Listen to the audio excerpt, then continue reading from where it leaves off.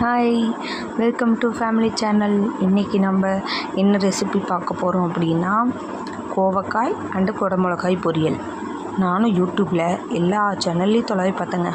கோவக்காயும் குடமிளகாயும் போட்டு பொரியலே பண்ணலைங்க, கிரேவி மாதிரி பண்ணியிருக்காங்க.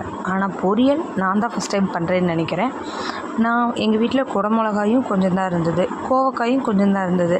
எதுக்கு தனித்தனியாக பொரியல் பண்ணிட்டேன்னு ரெண்டையும் ஒட்டுக்கா போட்டு பொரியல் பண்ணிட்டேங்க.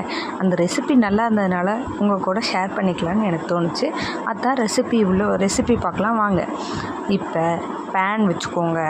பேன் நல்லா காஞ்சதும் அதில் எண்ணெய் ஊற்றிக்கோங்க. இந்த ரெசிபிக்கு கொஞ்சம் எண்ணெய் தாராளமாக ஊற்றுற மாதிரி வருங்க. ஏன்னா நம்ம இதில் தண்ணியே ஆட் பண்ண போகிறதில்ல. அதனால் ஃபஸ்ட்டு எண்ணெய் ஊற்றிக்கோங்க.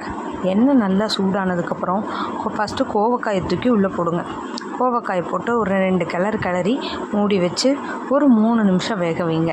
3 நிமிஷம் வெந்ததுக்கப்புறம் மறுபடியும் தட்டை எடுத்துகிட்டு குடமிளகாய் நறுக்கி வச்சுருக்க குடமிளகாயை தூக்கி அதில் போடுங்க. குடமிளகாயும் போட்டு ஒரு 2 நிமிஷத்துலேருந்து 3 நிமிஷம் வணக்குனிங்கன்னா போதும். ஏன்னா குடமிளகா டக்குன்னு வெந்துருங்க.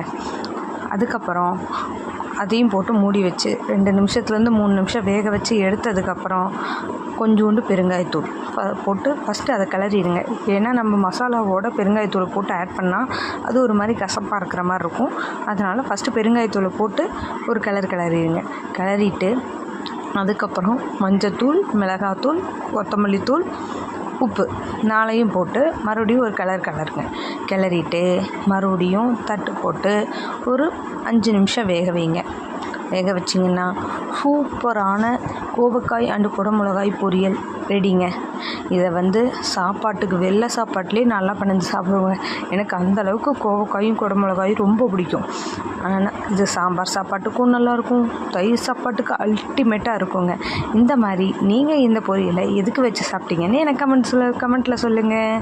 தேங்க்யூ. ஃபேமிலி சேனலை லைக் பண்ணுங்கள், ஷேர் பண்ணுங்கள், சப்ஸ்கிரைப் பண்ணுங்கள், கமெண்ட் பண்ணுங்கள். இந்த ரெசிபி பிடிச்சிருக்கும்னு நினைக்கிறேன். தேங்க்யூ.